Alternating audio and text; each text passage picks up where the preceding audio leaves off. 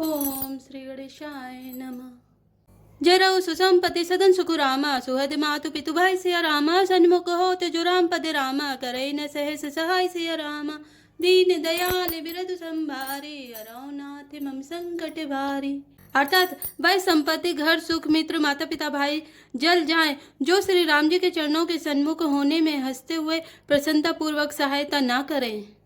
घर घर साजई बाहन नाना हरसु हृदय प्रभात पयाना भरत जाय घर कीन विचारो नगर बाज गज भवन भंडारो। अर्थात घर घर लोग अनेकों प्रकार की सवारियां सजा रहे हैं। हृदय में बड़ा हर्ष है कि सवेरे चलना है। भरत जी ने घर जाकर विचार किया कि नगर घोड़े हाथी महल खजाना आदि संपत्ति सब रघुपति के आए जो बिनु जतन चलाऊं तजिताए तो परिणाम न मोरी भलाई पापी शिरोमणि साई दुहाई। अर्थात सारी संपत्ति श्री रघुनाथ जी की है। यदि उसकी रक्षा की व्यवस्था किए बिना उसे ऐसे ही छोड़कर चल दूं तो परिणाम में मेरी भलाई नहीं है, क्योंकि स्वामी का द्रोह सब पापों में शिरोमणि श्रेष्ठ है। करे स्वामी हित सेवक सोई दूसरी कोटि दे किन कोई ऐसे विचार सुचि सेवक बोले जय सपने निज धर्म न डोले। अर्थात सेवक वही है जो स्वामी का हित करे, चाहे कोई करोड़ों दोष क्यों ना दे। भरत जी ने ऐसा विचार कर ऐसे विश्वास पात्र सेवकों को बुलाया जो कभी स्वप्न में भी अपने धर्म से नहीं डिगे थे। कहीं सब मरम धर्म भल भाषा जो जही लायक सो तही राखा करी सब जतन राखी रखवारे राम मातु पही भरत सिधारे। अर्थात भरत जी ने उनको सब भेद समझाकर फिर उत्तम धर्म बतलाया और जो जिस योग्य था उसे उसी काम पर नियुक्त कर दिया। सब व्यवस्था करके रक्षकों को रखकर भरत जी राम माता कौशल्या जी के पास गए। आरत जननी जानी सब रामा भरत सने सुजान सिया रामा कहे बना बन पालिकी रामा सजन सुखासन जान सिया रामा दीन दयाल विरतु संभारे हरौ नाथ मम संकट भारी। अर्थात स्नेह के सुजान प्रेम के तत्व को जानने वाले भरत जी ने सब माताओं को आर्त दुखी जानकर उनके लिए पालकियां तैयार करने तथा सुखासन यान सुखपाल सजाने के लिए कहा। चक चक की जिमीपुर नर नारे चहत प्रात उर आरत भारे जागत सब निस भयो बिहाना भरत बुलाए सचिव सुजाना। अर्थात नगर के नर नारी चकवे चकवे की भांति हृदय में अत्यंत आर्त होकर प्रातः काल का होना चाहते हैं। सारी रात जागते जागते सवेरा हो गया। तब भरत जी ने चतुर मंत्रियों को बुलाया। कहे उलेहु सबु तिलक समाजो बने देव मुनि राम ही राजो बेगी चलो सुनि सचिव जोहारे तुरत तुरग रथ नाग सवारे। अर्थात और कहा तिलक का सब सामान ले चलो, वन में ही मुनि वशिष्ठ जी श्री रामचंद्र जी को राज्य देंगे, जल्दी चलो। यह सुनकर मंत्रियों ने वंदना की और तुरंत घोड़े रथ और हाथी सजवा दिए। अरुंधति अरु अग्नि समाओ रथ चढ़ी चले प्रथम मुनि राओ वे प्रबंध चढ़ी बाहन नाना चले सकल तप तेज निधाना। अर्थात सबसे पहले मुनिराज वशिष्ठ जी अरुंधति और अग्निहोत्र की सब सामग्री सहित रथ पर सवार होकर चले। फिर ब्राह्मणों के समूह जो सबके सब तपस्या और तेज के भंडार थे अनेकों सवारियों पर चढ़कर चले। नगर लोग सब सजी सजी जाना चित्रकूट कह कीन पयाना सभी का सुभग न जाई बखानी चढ़ी चढ़ी चलते भई सब रानी। अर्थात नगर के सब लोग रथों को सजा सजाकर चित्रकूट को चल पड़े, जिसका वर्णन नहीं हो सकता। ऐसी सुंदर पालकियों पर चढ़ चढ़कर सब रानियां चली। सौंपी नगर सुचि सेव कनि रामा सादर सकल चलाई सिया रामा सुमेरी राम सिय चरण तब रामा चले भरत दो भाई सिया रामा दीन दयाल विरधु संभारे अरौ नाथ मम संकट भारी। अर्थात विश्वास पात्र सेवकों को नगर सौंपकर और सबको आदर पूर्वक रवाना करके तब श्री सीता राम जी के चरणों को स्मरण करके भरत शत्रुघ्न दोनों भाई चले। राम दरस बस सब नर नारी जनु करी करी निचले तकी भारी बन से राम समुझि मन माही सानुज भरत पया दे जाही। अर्थात श्री रामचंद्र जी के दर्शन के बस में हुए, दर्शन की अनन्य लालसा से सब नर नारी ऐसे चले मानो प्यासे हाथी हथनी जल को तककर बड़ी तेजी से बावले से हुए जा रहे हों।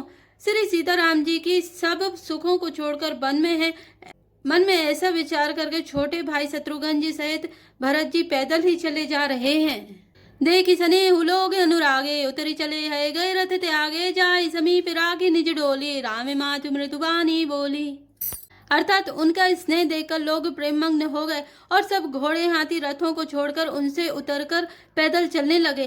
तब श्री रामचंद्र जी की माता कौशल्या जी भरत जी के पास जाकर और अपनी पालकी उनके समीप खड़ी करके कोमल वाणी से बोली। तात चढ़ऊ रत बलि महतारी हो यही प्रिय परिवार दुखारी तुम रे चलते चले सब लोगु सकल शोक कृष्ण नहीं मग जोगु। अर्थात हे बेटा, माता बलैया लेती हैं, तुम रथ पर चढ़ जाओ, नहीं तो सारा प्यारा परिवार दुखी हो जाएगा। तुम्हारे पैदल चलने से सभी लोग पैदल चलेंगे। शोक के मारे सब दुबले हो रहे हैं। पैदल रास्ते के पैदल चलने के योग नहीं है। सिर धरि बचन चरण सिरुनाए, रथ चढ़ी चलते भय दो भाई, तम सा प्रथम दिवस करी वासु, दूसरे गोमति तीर निवासु। अर्थात माता की आज्ञा को सिर चढ़ाकर और उनके चरणों में सिर नवाकर दोनों भाई रथ पर चढ़कर चलने लगे। पहले दिन तमसा पर बास मुकाम करके दूसरा मुकाम गोमती के तीर पर किया। पय आहार फल असन एक रामा, निसि भोजन एक लोक सिया रामा, करत राम हितने में व्रत रामा, परिहरि भूषण भोग सिया रामा, दीन दयाल बिरधु संभारे, हरौ नाथ मम संकट भारी। अर्थात कोई दूध ही पीते, कोई फलाहार करते और कुछ लोग रात को एक ही बार भोजन करते हैं।